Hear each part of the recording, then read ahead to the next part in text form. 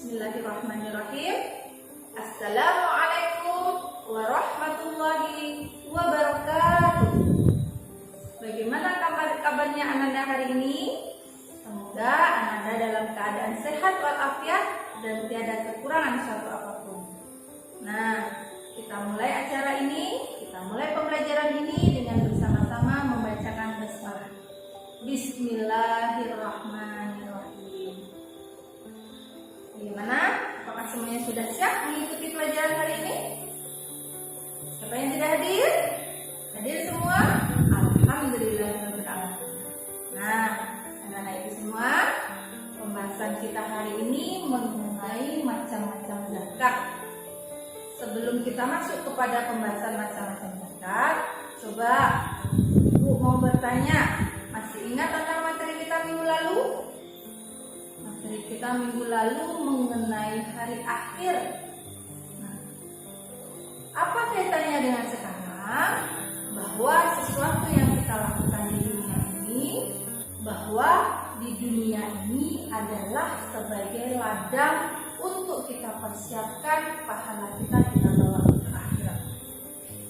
Kita harus memperbanyak sedekah, kita harus membayar zakat supaya kelak kita juga akan hidup bahagia di akhirat. Baik anak ibu, sudah siap untuk menerima materi kita hari ini? Nah, baik. Apa yang akan kita capai atau apa yang akan kita pelajari pada materi ini? Yang pertama ada KI dan KD yang akan kita capai. Kemudian nanti akan dijelaskan materi pembelajaran kita. Kemudian ada juga latihan atau evaluasi dan ada juga referensi dalam pengaitan pembelajaran ini. Baik, anak ibu, KIKD yang akan kita dapatkan dengan pembelajaran hari ini. Yang pertama, kita akan mengetahui atau memahami hikmah zakat, infak dan sedekah sebagai implementasi dari rukun Islam. Kemudian, indikator pencapaian yang akan kita dapatkan, anak-anak ibu akan mampu menyebutkan macam-macam zakat. Zakat itu apa saja? Akan mampu menyebutkan setelah kita mempelajari materi ini. Kemudian menyebutkan harta apa saja yang wajib kita zakati. Kemudian mampu mengidentifikasi ketentuan tentang mengelola zakat, mampu menyebutkan mustahil zakat, skala zakat, dan mampu menyebutkan hikmah zakat. Nah, baik anak ibu, sebelum kita masuk ke pembahasan, anak ibu harus mengetahui dulu apa itu pengertian zakat. Zakat menurut bahasa adalah membersihkan, tumbuh, suci, dan berkembang. Kenapa begitu? Karena dengan kita mengeluarkan zakat, diharapkan badan kita menjadi bersih, badan kita menjadi suci, kemudian amalan kita, kemudian harta kita semakin tumbuh semakin banyak. Kemudian zakat menurut istilah adalah mengeluarkan sebagian harta yang telah mencapai batas tertentu kepada orang yang berhak menerima zakat. Nah, ibu tahu tidak? Ada berapa ayo rukun Islam itu? Ayo, siapa yang tahu? Ya, rukun Islam ada 5. Rukun Islam inilah yang harus dilaksanakan oleh orang yang beragama Islam. Pertama adalah membaca syahadat. Orang yang mengaku beragama Islam, dia harus mampu mengucapkan 2 kalimat syahadat. Karena syahadat adalah syarat untuk orang masuk Islam. Yang kedua adalah melaksanakan sholat. Orang yang mengaku beragama Islam, dia harus melaksanakan sholat. Sholat wajib sehari semalam ada 5 waktu. Kalau wajib berarti harus dikerjakan oleh ibu semua. Kalau tidak dikerjakan nanti berdosa. Yang ketiga adalah membayar zakat. Membayar zakat inilah yang akan kita bahas nanti. Dan yang keempat adalah berpuasa. Dan yang kelima adalah melaksanakan haji bagi yang mampu. Apakah semua harus dikerjakan ibu? Yang kelima itu? Iya, karena itu adalah syarat sebagai orang yang mengaku beragama Islam. Bu, saya tidak mampu melaksanakan haji. Kalau tidak mampu, kita menabung dulu. sampai kita mampu, karena kewajiban melaksanakan haji diberikan kepada orang yang mampu untuk melaksanakan. Baik anak ibu semua, dari kelima rukun Islam tadi, apakah semua harus kita ajari saat ini? Tidak. Yang kita pelajari sekarang adalah rukun Islam yang ketiga, yaitu tentang membayar zakat. Sebelum kita masuk lebih panjang lagi, lebih luas lagi mengenai zakat, anak ibu harus tahu ada hukum dari membayar zakat yang sudah Allah tetapkan di dalam surat Al-Baqarah ayat 43, yang berarti Bismillahirrahmanirrahim, dan dirikanlah sholat, tunaikanlah zakat, dan rukuklah beserta orang-orang yang rukuk, yang dijelaskan oleh Allah dalam surat Al-Baqarah ayat 43. Kenapa hukum zakat ini sangat kuat Allah sejajarkan dengan sholat? Karena di dalam Al-Quran Allah sudah menyebutkan zakat ini kedudukannya sama dengan sholat, yaitu sama-sama wajib. Itu sudah 8 kali Allah menyebutkan di dalam Al-Quran. Karena itu orang yang mampu, orang yang sudah bisa, dia sudah mempunyai kelebihan nafkah, dia wajib melaksanakan zakat, dia wajib mengeluarkan zakat, seolah-olah juga dia mampu melaksanakan sholat secara wajib sehari-hari. Paham anak ibu? Kita lanjutkan. Nah, sekarang kita akan membahas mengenai macam-macam zakat.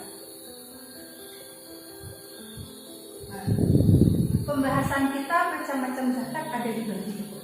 Dibagi berapa tadi? Dibagi menjadi 2. Yang pertama namanya zakat fitrah, dan yang kedua namanya zakat mal. Apa itu zakat fitrah dan apa itu zakat fitrah? Zakat fitrah adalah zakat diri kita, zakat badan kita yang kita keluarkan di bulan Ramadan. Jadi ketika kita sudah berpuasa selama sebulan penuh, selama 30 hari, kita mensucikan kembali tubuh kita dengan kita mengeluarkan zakat. Berapa ketentuannya? Ketentuannya 2,5 kilo atau 3 liter yang harus dikeluarkan oleh manusia. Bu, saya tidak memakan makanan roti, Bu. Bagaimana saya bayar zakat?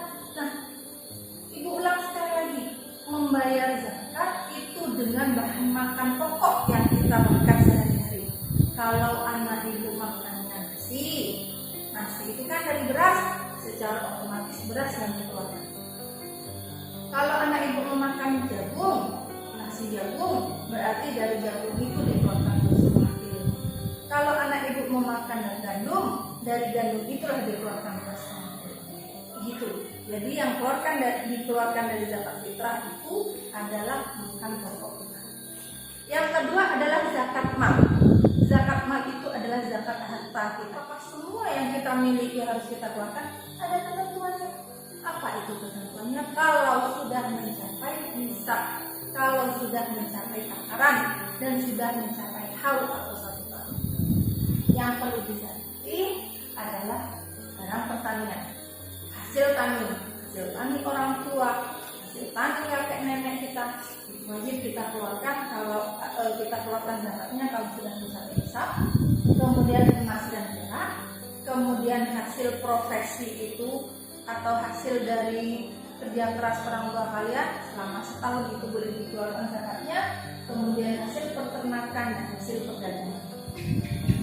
Nah, selanjutnya inilah hikmah dari zakat.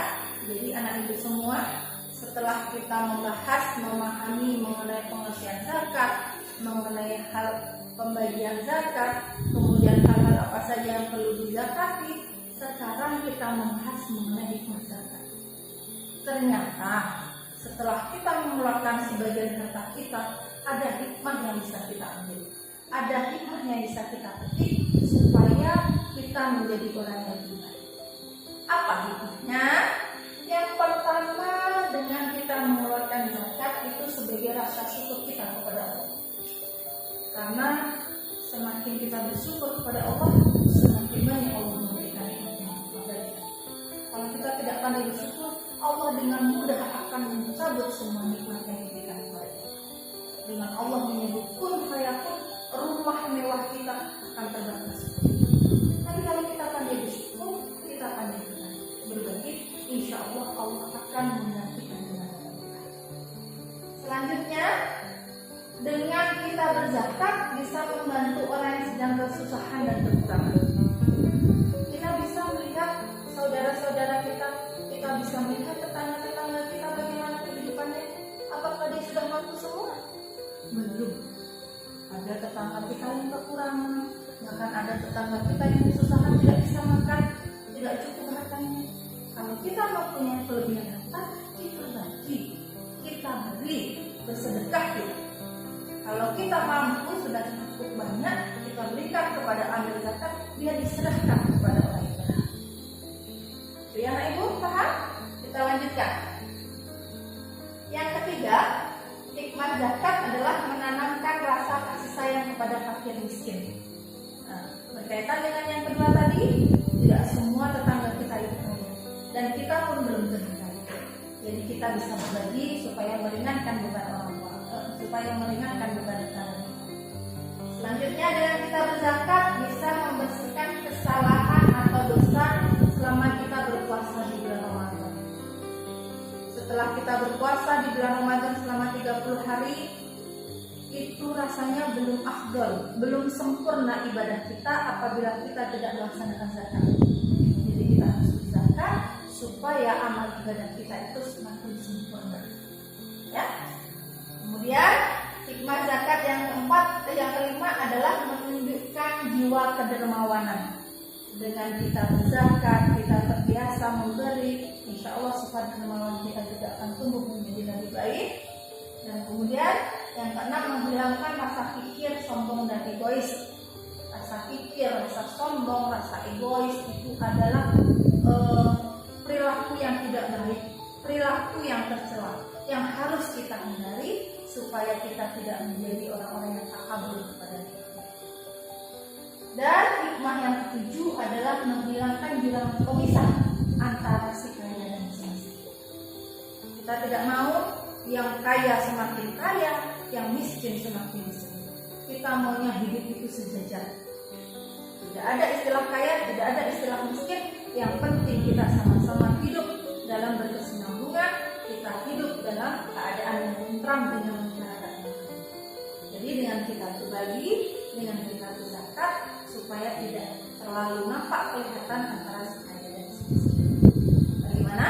Paham anak ibu mengenai hikmah zakat? Alhamdulillah kalau sudah paham. Jadi kasih penguatan dari materi kita tadi. Ini ada penilaian sikap yang bisa anak ibu nanti tulis di rumah. Sudah sesuaikah sikapnya ini dengan sikap anak ibu setelah kita mempelajari materi kita tentang zakat? Kemudian mengenai penilaian pengetahuan. Penilaian pengetahuan ini ada beberapa soal yang diberikan.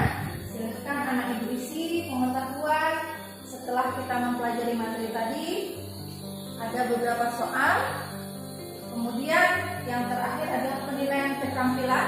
Ini sengaja diberikan kepada anak-anak semua. Silahkan, kira-kira sudah sesuai belum dengan keterampilan kita mengenai tugas individu anak ibu? Apakah sudah sesuai sikapnya dengan kita di dalam pelaksanaan haji, di dalam pelaksanaan zakat? Bagaimana?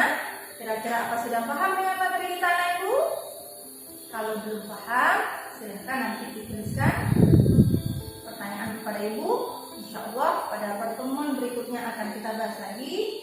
Nah, penugasan yang ibu berikan tadi, silahkan anak ibu isi, kemudian besok dikumpulkan bersama dengan pertemuan kita selanjutnya. Terima kasih anak ibu semua. Terima kasih atas perhatian dan mohon maaf atas segala kesalahan. Ibu akhiri. Assalamualaikum warahmatullahi wabarakatuh.